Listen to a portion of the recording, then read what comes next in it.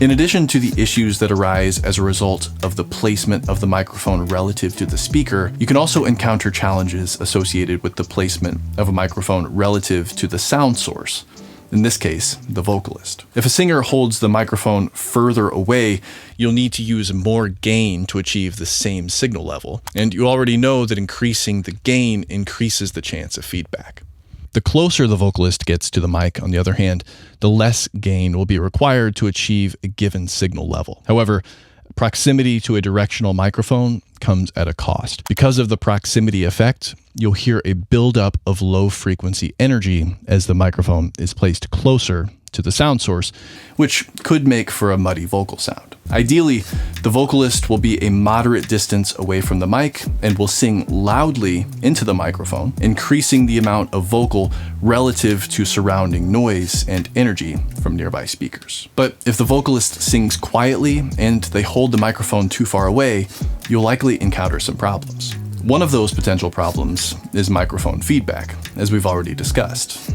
But there's another problem that can be just as challenging if your goal is a clear, well-balanced mix. That's the problem of leakage from other instruments and noises. Noise from the audience will be mitigated by distance and the polar pattern of the microphone. However, the microphone's polar pattern won't help us when the noise comes from the same direction as the vocalist. For example, we almost always place the lead vocalist directly in front of the drummer, and this places the cymbals directly in the area where the mic is most sensitive. That can be particularly problematic as the frequency range of the cymbals overlaps with the frequency range of the vocal. This problem can be mitigated by using distance, although that's not often possible on small stages. It can also be mitigated by placing the drums to the side or behind a barrier, but that comes with some additional acoustical challenges that I won't get into here. For these reasons, it's very important that vocalists project their voices and practice good microphone technique. Poor microphone technique can also impact the max gain before feedback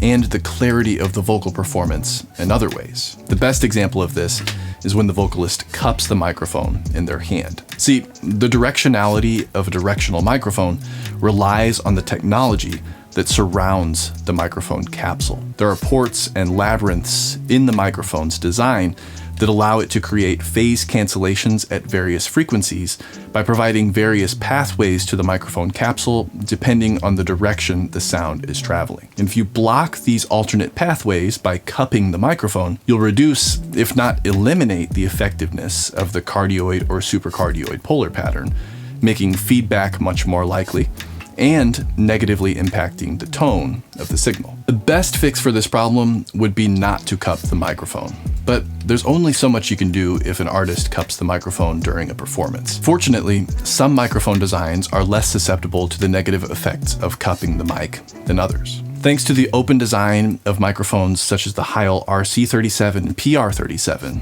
the pathways are more difficult to block with poor microphone technique. Even if I cup the PR37 in my hand, the tone remains relatively consistent compared to some other mics that are more closed on the rear. Now, I'm not here to talk trash on other microphone companies, so we're going to keep the model of microphone I'm using currently secret.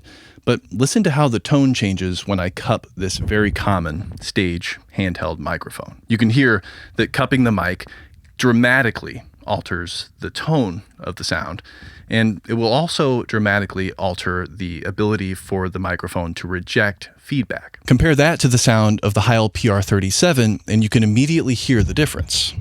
This design also helps the microphone reject potential feedback when cupped. Therefore, using a mic like this can save you in situations where the vocalist cups the mic.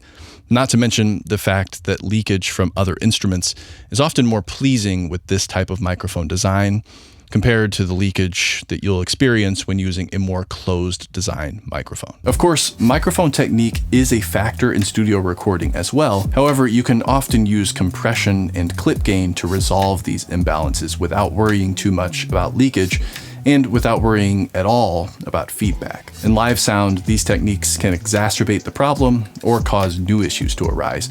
So it's best to use tools and techniques that combat the impact of poor microphone technique up front.